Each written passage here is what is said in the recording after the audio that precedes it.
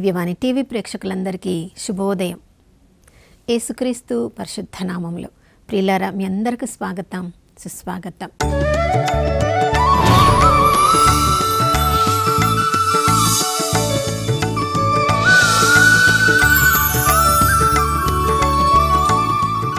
గడిచిన దినమంతా కాచి కాపాడిన దేవునికి మనసారా వందనాలు తెలియచేద్దాం. దేవుని ప్రేమ తరిగిపోలేదు, ఆయన కరుణ సమసిపోలేదు. ప్రతి ఉదయము ఆ ప్రభుని ఎవరెవరు ప్రార్థనలో వెతుకుతూ ఉంటారో వారందరిపై నూతనంగా తన ప్రేమను కరుణను కుమ్మరిస్తానని వాగ్దానం చేసిన దేవుడు నమ్మదగినవాడు, విశ్వసనీయుడు. ప్రిల్లారా, ఈ ఉదయకాలంలో ఆ ప్రభు వైపుకి మనం విశ్వాసపు కనులతో చూసినట్లయితే ప్రతి పరిస్థితిలో, ప్రతి అవసరంలో ప్రభు నూతనంగా మనకన్నీ కూడా సిద్ధం చేసి పెట్టారు. ఆ విశ్వాసంలో ఈరోజంతా జీవించుదాం. నా ప్రియ సహోదర సహోదరి, మన కుటుంబాలలో ఎన్నెన్నో అవసరాలు ఉంటాయి. మన ప్రతి పరిస్థితిని బట్టి దానికి తగ్గ వనరులను ముందుగానే మనం సమకూర్చి పెట్టుకుని ఉంటాం. కానీ కొన్నిసార్లు అనుకొనని పరిస్థితులు, గడ్డు పరిస్థితులు ఎదురైనప్పుడు వాటిని గురించి మనము ఆలోచించలేదు కాబట్టి, అవి వస్తాయని మనం ఎక్స్పెక్ట్ కూడా చేయలేదు కాబట్టి, వాటిని ఎదుర్కొనేటప్పుడు ఎలా మనము ఆ పరిస్థితిలో దాన్ని ఎదుర్కోబోతున్నామో, ఆ అవసరము ఎలా తీర్చబడుతుందో అని కొన్నిసార్లు ఇంకా కొంతమంది ఏం చేస్తుంటారు, ఎప్పుడెప్పుడు ఏ సమస్యలు రాబోతున్నాయో, ఏ అవసరాలు రాబోతున్నాయో అని ముందుగానే కష్టపడగలిగిన దానికంటే ఇంకా ఎక్కువ కష్టపడి ఎక్కువ సంపాదించుకొని ఎక్కడెక్కడో దాచులు, బ్యాంకులలో షూరిటీలను ఎక్కడెక్కడో ఎఫ్డీలని దాచిపెట్టుకుంటూ ఉంటారు. మరికొంతమంది ఎంత ప్రయత్నించినా, రోజంతా కష్టపడినా ఏ రోజుకు ఆ రోజు వాళ్ళు సమకూర్చుకోగలుగుతారు. కొన్నిసార్లు ఆ రోజంతా కష్టపడినా కూడా తమ కుటుంబ సభ్యులందరికీ కడుపు నిండా భోజనం పెట్టడానికి కూడా వాళ్ళ దగ్గర వనరులు ఉండవు. ప్రియులారా, మరి చాలా సంపాదించిన వాళ్ళు, చాలా కష్టపడిన వాళ్ళు, వాళ్ళ ధనం చూసి వాళ్ళు సంతోషంగా ఉండగలుగుతున్నారా? ఏమీ లేని వాళ్ళు ఎంత కష్టపడినా తమ కుటుంబానికి పూర్తిగా సమకూర్చలేని వాళ్ళు చాలా దుఃఖంలో, నిరాశలో ఉంటున్నారా? ప్రియులారా, నిజానికి మనం చూస్తే చాలా ధనమున్న వాళ్ళు, వాళ్ళ ముఖంలో సంతోషం చాలా తక్కువ కనిపిస్తుంది. ఎందుకంటే వాళ్ళ దృష్టి అంతా కూడా తమ ధనం మీదనే ఉంటుంది. ఇంత కష్టపడి సంపాదించాం కదా, దీన్ని ఎలా దాచిపెట్టుకోవాలి, దొంగలకు అన్నం వేయకుండా ఎలా చూసుకోవాలి, ఎవరెవరు ఏమీ వాళ్ళని అన్యాయం చేసి ఆ ధనం ఎక్కడ వారి నుంచి దూరం అయిపోతుందో వాళ్ళ దృష్టి అంత ధనం మీద ఉంటుంది. కాబట్టి ఆ ధనం వల్ల వాళ్ళు ఏ సంతోషానికి కూడా వాళ్ళు నోచుకోలేకుండా పోతారు. కానీ చాలా ఎక్కువ సార్లు ఏ రోజుకు ఆ రోజు కష్టపడి సంపాదించుకునే వాళ్ళ ముఖంలో చూడండి, చాలా సంతోషం. ఈరోజు కష్టపడ్డాం, ఈరోజు వచ్చింది, ఈరోజు కావాల్సింది మేము సమకూర్చుకున్నాం, దానితో సంతోషంగా ఉన్నాం. ఇలాంటి వాళ్ళని ఎక్కువ చూస్తూ ఉంటాం. మరి కొంతమంది ఉంటారు, వాళ్ళంతటా వాళ్ళు ఏ కష్టము చేయలేరు. వాళ్ళకున్న భౌతిక పరిస్థితులను కావచ్చు, మానసిక పరిస్థితుల అనారోగ్యం వల్ల కావచ్చు, మరి వాళ్ళు ఏం పని చేయడం లేదు కాబట్టి వాళ్ళు భోజనం చేయకుండానే ఉంటున్నారా? వాళ్ళు ఆకలితో పస్తులుగానే ఉంటున్నారా? మనం రోడ్ల మీద, రైల్వే స్టేషన్లలో చూసినప్పుడు ప్రియులారా, అక్కడ పేదవాళ్ళుగా అడుక్కునే వాళ్ళు ఉన్నారు. వాళ్ళు భోజనం చేయకుండా ఉన్నారా? కాదు. దేవుడు ఎవరో కొంతమందిని మంచి హృదయం ఉన్న వాళ్ళని పెట్టారు కాబట్టి దేవుడు వాళ్ళ ఆ రోజు ఆహారాన్ని వాళ్ళకు సమకూరుస్తూ ఉన్నవారు. దేవుడి లోకంలో దేవుని చిత్తం లేకుండా ఎవ్వరు కూడా సజీవుల లెక్కలో ఉంచరు. ప్రియులారా, మనుషుల రూపంలో ఉన్న మన గురించి ఏంటి, ఆకాశంలో ఉన్న పక్షులను గురించి కూడా ఆలోచించే దేవుడు మన దేవుడు. మత్తయి సువార్త 6:26 మనం చదువుతున్నాం, ఆకాశంలో సంచరించుచున్న పక్షులను వాటిని చూసినప్పుడు ఆ విత్తనాలు వేయడం లేదు, నూర్పిడులు చేయడం లేదు, గిడ్డంగులో దాచుకోవడం లేదు. కానీ ఏ రోజుకు ఆ రోజు విత్తనాలు వాటికి దొరుకుతూ ఉన్నాయి, కడుపు నింపుకుంటున్నాడు, వాటి చిన్న పిల్లలకు కూడా పెడుతున్నారు. దేవుని సంతోషిస్తూ వాటి పాటలతో దేవుని మహిమపరుస్తూ ఉన్నారు. ఆకాశ పక్షులను గురించే ఆలోచించే దేవుడు ఉండగా ఇక తన రూపంలో సృజించుకున్న మనుషులను గురించి దేవుడు ఆలోచించడా? ఏ అనాథ ఆశ్రమానికి వెళ్ళినా, ఏ ఆశ్రమాలకు వెళ్ళి చూస్తే వాళ్ళు మేము ఖాళీ కడుపుతో ఈరోజు ఉన్నామని ఎక్కడైనా మనం విన్నామా ప్రియులారా? రోజు బిర్యానీ వాళ్ళు చేయకపోయి ఉండొచ్చు, రోజు చికెన్ మటన్ వాళ్ళు తినకపోయి ఉండొచ్చు, కానీ ప్రతి ఒక్కరికి దేవుడు ఏ రోజుకి కావలసిన ఆహారాన్ని ఆ రోజు సమకూరుస్తూ ఉన్నారు. దాన్ని బట్టి దేవుడికి మనం వందనాలు చెప్పకుండా ఇంకా ఎక్కువ దాచుకోవడానికి దేవుడు ఇవ్వలేదని దాని గురించి దేవుని మనం నిందిస్తూ ఉంటాం. ప్రియులారా, 1982 సంవత్సరంలో మదర్ తెరేసా గారు రోము పట్టణానికి వాళ్ళ అక్కడ ఉన్న వారందరితో మాట్లాడడానికి వెళ్ళినప్పుడు వాళ్ళు అడిగిన ప్రశ్నలన్నిటి కూడా జవాబు చెప్పారంట. తను ఏ విధంగా దేవుని స్వరాన్ని విన్నారు, ఏ విధంగా భారతదేశానికి వచ్చారు, భారతదేశంలో తన యొక్క సేవ ఆరంభించినప్పుడు ఎలా కష్టాలు అనుభవించారు, ఎలా దేవుడి మీద ఆధారపడ్డారు, అవన్నీ చెప్పిన తర్వాత అక్కడ మదర్ తెరేసా గారి సందేశంని వింటున్న వాళ్ళలో ఒకరు లేచి అడిగిన ప్రశ్న ఏంటంటే, మదర్ గారు, ఇప్పుడు మీకు చాలా గృహాలు ఉన్నాయి, మీ పేరిట చాలా ఆశ్రమాలు ఉన్నాయి, అంటే చాలామంది అందులో ఉన్నారు. ఇంతమంది అవసరాలను ప్రతిరోజు తీర్చాలంటే ఆర్థిక పరంగా మీకు చాలా జ్ఞానం ఉండాలి. ఫైనాన్షియల్ మేనేజ్మెంట్ ఏమైనా కోర్స్ మీరు చేశారా?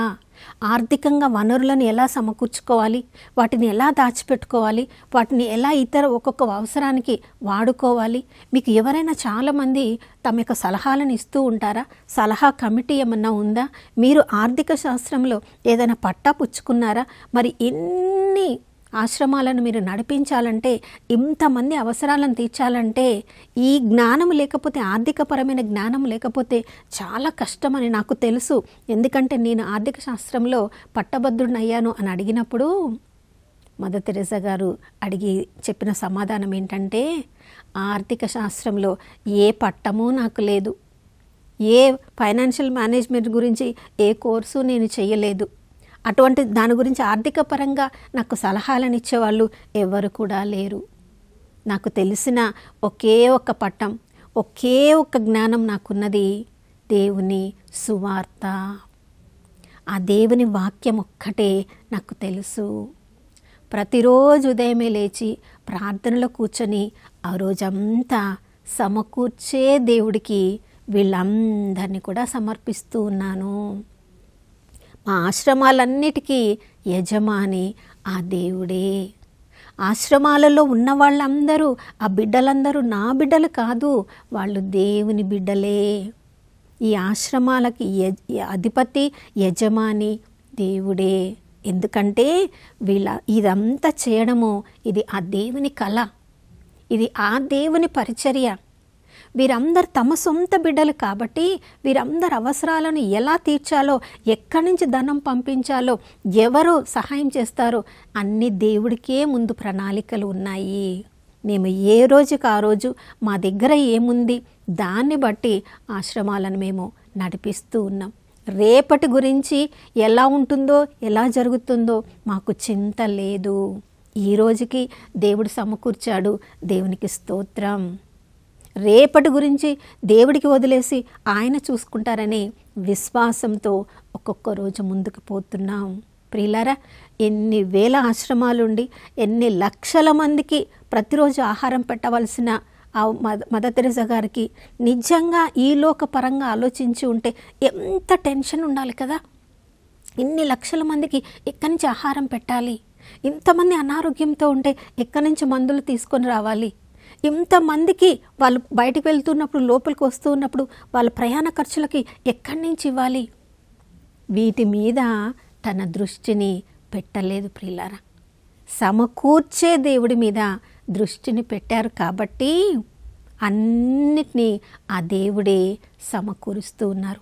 ఆదికాండంలో 1వ అధ్యాయంలో 2వ అధ్యాయంలో మనం చదువుతున్నాం, దేవుడు మనిషిని చేసినప్పుడు పాపము చెయ్యనంత వరకు, అంటే దేవునితో సంబంధం కలిగి ఉన్నంత వరకు వాళ్ళు ఏమైనా పని చేశారా?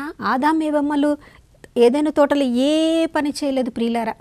ఏ పండు చెట్టు ఎంత రుచిగా ఉంది, ఏ కాయలు ఎంత రుచిగా ఉన్నాయి, ఏ పూలు ఎంత రంగులో ఉన్నాయి, దేవుని సృష్టిని చూసి ఆనందిస్తూ దాని ద్వారా తమ జీవితాన్ని గడుపుకున్నారు. అది ఎప్పటి వరకు? దేవునితో సంబంధాన్ని కలిగి ఉన్నంత వరకు. ఎవరెవరైతే తమ జీవితంలో దేవునితో సంబంధాన్ని కలిగి దేవునితో తమ యొక్క సమయాన్ని గడుపుతూ తమ అవసరాలన్నింటిలో సమకూర్చే దేవుడు ఉన్నాడని విశ్వసిస్తారో వారందరికీ అన్ని అవసరాల్లో దేవుడు సమకూరుస్తాడు. కానీ ఎవరెవరైతే దేవుడితో సమయాన్ని గడపకుండా దేవుడికి ఇవ్వవలసిన ప్రాముఖ్యతను, మొట్టమొదటి స్థానాన్ని దేవుడికి ఇవ్వకుండా నా శక్తితో నేను సంపాదించుకుంటాను, నా తెలివితో నేను ఉన్నత స్థితిలోనికి వస్తాను, ఈ లోకం వైపు మనం కన్నులు చూచినప్పుడు, ఏమమ్మ కన్నులు, ఆ పండు చాలా రుచిగా ఉంది, తినడానికి చాలా రుచిగా ఉంటుంది, చూడడానికి చాలా ఇంపుగా ఉంది అని దేవుని మీద నుంచి దృష్టిని ఆ పండు మీద పెట్టినప్పుడు ప్రియులారా ఎంత కోల్పోయిందో. సమకూర్చే దేవుడికి దూరంగా వెళ్ళినప్పుడే ఆ ఖాళీ, ఆ లోటు తను ఎరగగలిగింది. నా ప్రియ సహోదర సహోదరి, మనందరి జీవితంలో కూడా మనకు కావాల్సింది, నానాటి కావాల్సిన ఆహారాన్ని మనం అడిగినప్పుడు దేవుడు మనం అడగకముందే సమకూర్చి పెట్టి అడగగానే దాన్ని అందుబాటులోనికి తీసుకొని వస్తున్నారు. కానీ ఆ సంపాదించాలి అనే దాని మీద మన దృష్టిని పెట్టి మనుషులతో దేవునితో ఉన్న సంబంధాన్ని మనం కోల్పోయినప్పుడు ప్రియులారా, ఆస్తులను మనం సంపాదించుకోవచ్చు, మనకు కావలసిన మనుషులు మనతో లేనప్పుడు ఆ వెలితిని ఎవ్వరు తీర్చలేరు. రూతు తన సొంతగా, తన స్వార్థంగా, తన యవ్వనురాలుగా ఉంది, తన తల్లిదండ్రుల దగ్గరకు వెళ్ళి చక్కగా సంపాదించుకోవచ్చు, మళ్ళీ కూడా వివాహం చేసుకోవచ్చు. కానీ దేవునితో సంబంధం కలిగి ఉంది కాబట్టి ఈ లోకపరంగా అన్ని కోల్పోయినా ఇప్పుడు తన అవసరం ఉన్న తన అత్తైన నవోమితో నిలబడడానికి సిద్ధపడింది, తెలియని దేశానికి రావడానికి సిద్ధపడింది, భాషరాని ప్రజల దగ్గరికి రావడానికి సిద్ధపడింది. ప్రియులారా, సమకూర్చే దేవుడి మీద తన దృష్టిని పెట్టి తన వృద్ధ వయసులో ఉన్న తన అత్తమ్మని తీసుకొని బెత్లెహేమునకు వచ్చినప్పుడు ప్రియులారా, దేవుడు కూడా నవోమిని బెత్లెహేము వదిలి వెళ్ళిపోయినప్పుడు వారి మీద కోపం వచ్చిందా? అక్కడ అంత కరువు వచ్చింది, కోల్పోయారు కాబట్టి తిరిగి వచ్చినప్పుడు నవోమిని దేవుడు వదిలివేశాడా? మన జీవితంలో మనలో మార్పు వస్తుంది ప్రియులారా. మనము దేవుడికి దూరం కావడం, దగ్గర కావడం జరుగుతుంది, కానీ దేవుడు ఎప్పుడు కూడా మనతో అంటి పెట్టుకొని ఉంటారు. మనం ఎంత దూరంగా వెళ్ళినా తిరిగి మనకి సమకూర్చేది దేవుడే. నవోమి తిరిగి తన స్థానానికి వచ్చినప్పుడు, ఆ వృద్ధ వయసులో పని చేయలేని పరిస్థితిలో ఉన్నప్పుడు చూడండి, తన యొక్క కోడల్ని తనతో పంపించి, ఆ కోడలు కూడా చూడండి తన కొరకు ఇప్పుడు తెలియని దేశానికి వచ్చింది. తన అత్తమ్మ కదా, తన సొంత దేశంలో ఉంది, తన సొంత ప్రాంతంలో ఉంది, తనకు తెలిసిన వారి ద్వారా తనము ఆహారం సమకూర్చాలి. రూతు అందుకొరకు వేచి ఉండవచ్చు, కానీ సమకూర్చే దేవుడి మీద రూతు ఆధారపడింది ప్రియులారా. తన అత్తమ్మ మీద ఆధారపడలేదు.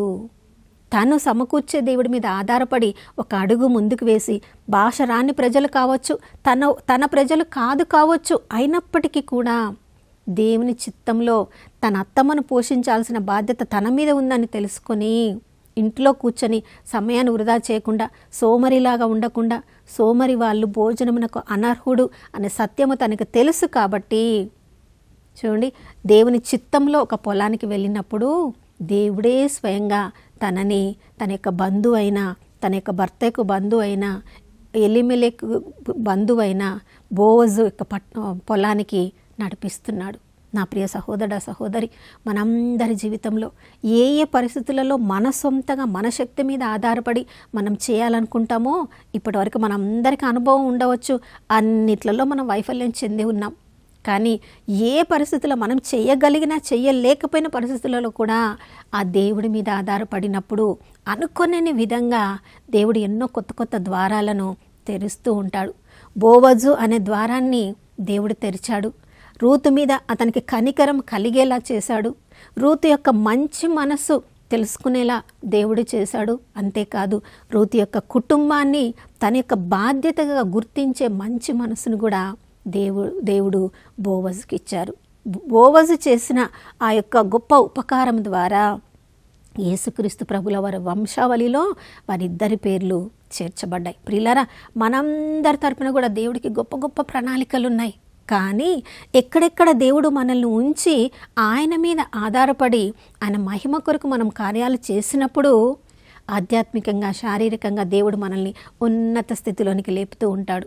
కానీ ఆ పరిస్థితులను చూసి మనం దూరంగా వెళ్ళిపోయి మన శక్తి ద్వారా మనం చేయడానికి ప్రయత్నించినప్పుడు ప్రియులారా, మనం ఓడిపోవడమే కాదు, దేవుని నుంచి దూరం అయ్యామనే ఆ యొక్క జ్ఞానాన్ని, చలనాన్ని కూడా మనం కోల్పోతాం. కాబట్టి ఈ ఉదయకాలంలో మరొక్కసారి మన జీవితాలను పరీక్షించుకొని, పరిస్థితులే కావచ్చు, మన కుటుంబ స్థితే కావచ్చు, ఏదైనా కావచ్చు, దానివల్ల మనం దేవుని నుంచి దూరంగా వెళ్తున్నామా లేదా?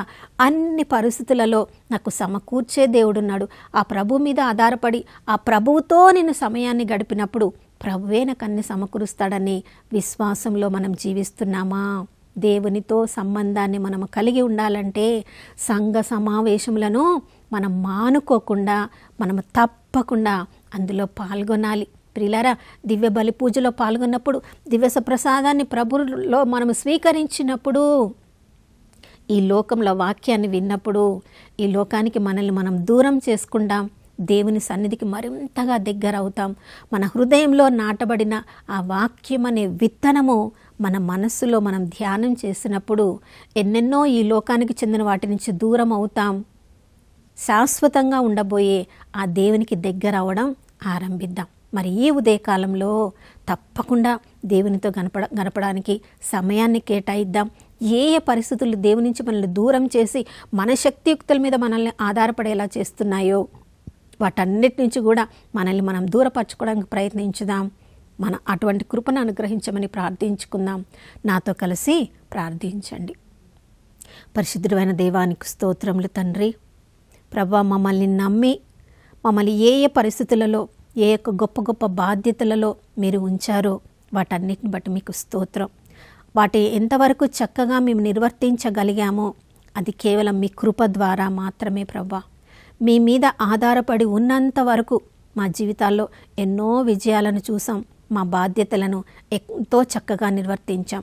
కానీ మమ్మల్ని ఒక్కొక్క ఉన్నత స్థితిలోనికి మీరు లేపుతూ ఉన్నప్పుడు ప్రభువా, మా యొక్క చూపు మీ నుండి ఆ స్థితి మీదకి మళ్ళినప్పుడు ప్రభువా, మా శక్తి ద్వారా, మా యొక్క నేర్పరితనం ద్వారా వాటన్నిటిని సాధించామనే ఆలోచన మేము కలిగినప్పుడు ప్రభువా, మరొక్కసారి మీ నుంచి దూరం అయిపోయిన పరిస్థితిని మేము గుర్తించలేకపోతున్నాం. అప్పటి నుండి మీ నుంచి మీకు దూరం అయిపోయి ఎన్నో ఆశీర్వాదములను మేము కోల్పోయాం. ప్రభువా, ఈ ఉదయకాలంలో అటువంటి పరిస్థితుల నుంచి మరొకసారి మమ్మల్ని లేపమని మీ మీద ప్రాధేయపడుతున్నాం. ప్రభువా, రూతు తనకు ఉన్న పరిస్థితిని చూసి ప్రభువా మిమ్మల్ని నిందించలేదు, మీకు దూరంగా వెళ్ళలేదు, కానీ మీ మీద ఆధారపడి, అంటే నవోమి ఎంతగా తన దేవుని గురించి ఆమెకు చెప్పి ఉండవచ్చు. తనకు తెలియని దేవుని గురించి తెలుసుకున్నప్పుడు ప్రభువా ఆ దేవుడి మీద ఆధారపడింది. తనకు మాత్రమే ఆశీర్వాదం కాదు, తన కుటుంబానికి మాత్రమే ఆశీర్వాదం కాదు, సర్వ మానవాళికి రక్షణనిచ్చే దేవుని యొక్క వంశావళిలో తన పేరు రాసుకునే అంత గొప్ప ఉన్నత స్థితిలోనికి లేపబడింది. ప్రభువా నాయనా, ఈరోజు నాతో కలిసి ప్రార్థన చేసే వాళ్ళందరి పట్ల అయ్యా నీవు ఉన్న గొప్ప ఉన్నత స్థితిలోనికి మేమందరం కూడా లేవాలి. మా ప్రతి పరిస్థితిలో మీ వైపు మా యొక్క చూపును మరల్చి నాయన ఈ లోక విషయాలలో మా సమయాన్ని వృధా చేయకుండా ప్రభువా, ఎంత ఎక్కువ సమయాన్ని మీతో గడుపుతామో అంతగా మేము ఆశీర్వదింపబడతామన్న సత్యంలో ఈరోజు అంతా మేము జీవించడానికి మాకు కృపను అనుగ్రహించమని యేసయ్య పరిశుద్ధ నామంలో అడిగి వేడుకొని పొంది ఉన్నాము మా ప్రియ పరలోకపు తండ్రి, ఆమేన్. ప్రియులారా, ఈ లోకంలో మనం ఒంటరిగా జీవించడానికి కాదు, ఒంటరిగా ఆశీర్వాదం పొందడానికి కాదు, ఎంతోమందికి ఆశీర్వాదకరంగా దేవుడు ఈ లోకంలో ఈరోజు మనల్ని సజీవుల లెక్కలో ఉంచారు. తండ్రి దగ్గర నుంచి అన్ని పొందుదాం, అందరికీ పంచిపెడదాం. మరొక నూతన శుభోదయంలో మనం అందరం కలుసుకునే వరకు దివ్యవాణి టీవీని వీక్షిస్తూ ఉందాం. ఇమ్మానుయేలు, దేవుడు మనతో ఉన్నారు.